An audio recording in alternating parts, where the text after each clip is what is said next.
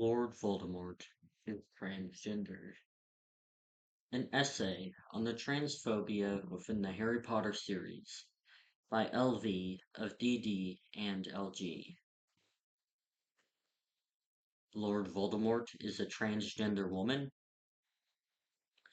Not exactly. Voldemort is not canonically a woman, and we never learn anything about Vol's gender and pronoun preferences that contradict the hypothesis of Vol being a cisgender man. However, I have reasons to believe that Lord Voldemort is a transgender allegory written through the lens of a transphobe. The faux transphobe. The faux transphobe is what transphobes believe trans women are. To our right is an image that shows many character traits of this imaginary group of people: language control, child predation, hypersexual behavior, and autoemasculation without reaching any true femininity. Taboo, the righteous fantasy of dead naming.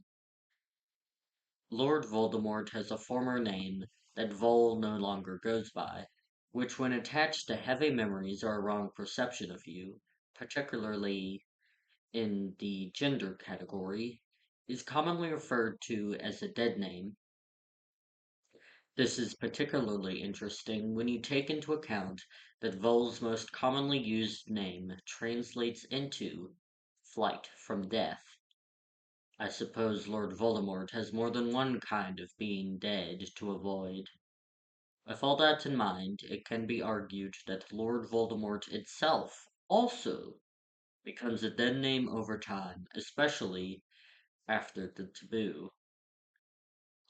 A taboo in the wizarding world is a kind of jinx which reveals the location of whomever says a certain word. This word in the Harry Potter series was Voldemort. Whenever that taboo was triggered, Death Eaters, referred to as Snatchers, would come and take the offending person away. To put it this way, if you then named this powerful, violent person, you would be taken away to be tortured.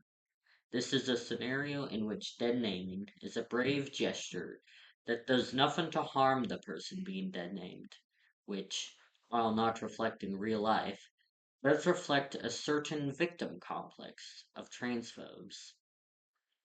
That being that they seem to believe that they are the last bastion of truth or some bullshit like that. Teacher Predator. Voldemort is shown going after children many, many times. It's not in a sexual manner, but I'm unsure how much of this is due to the series being for children, and how much of it is inherent to the character. And yet, Vol still behaves oddly sensual.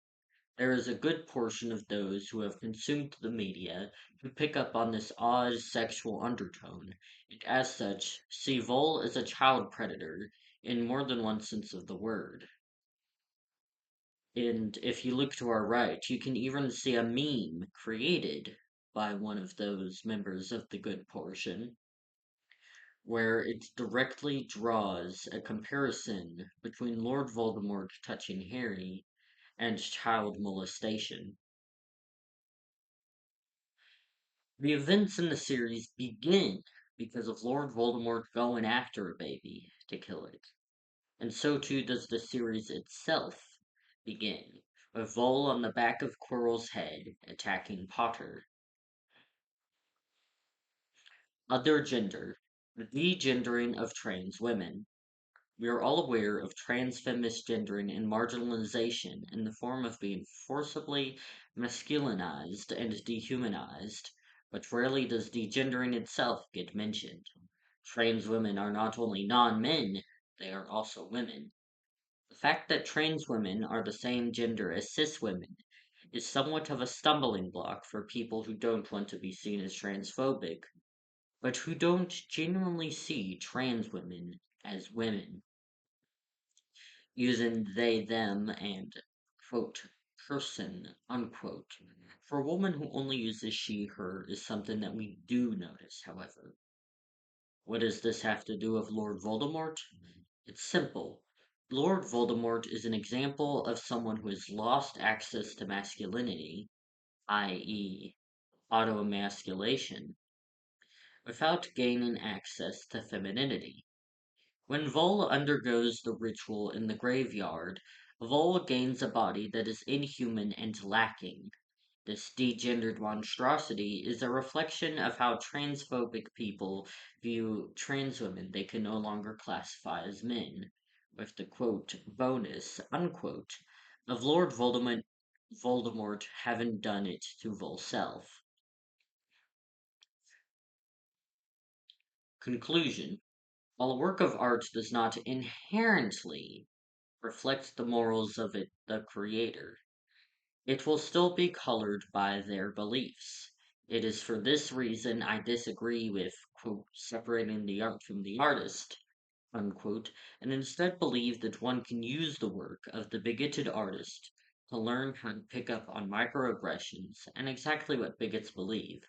Because remember, you can't fight an enemy before you understand it. Thank you for your time.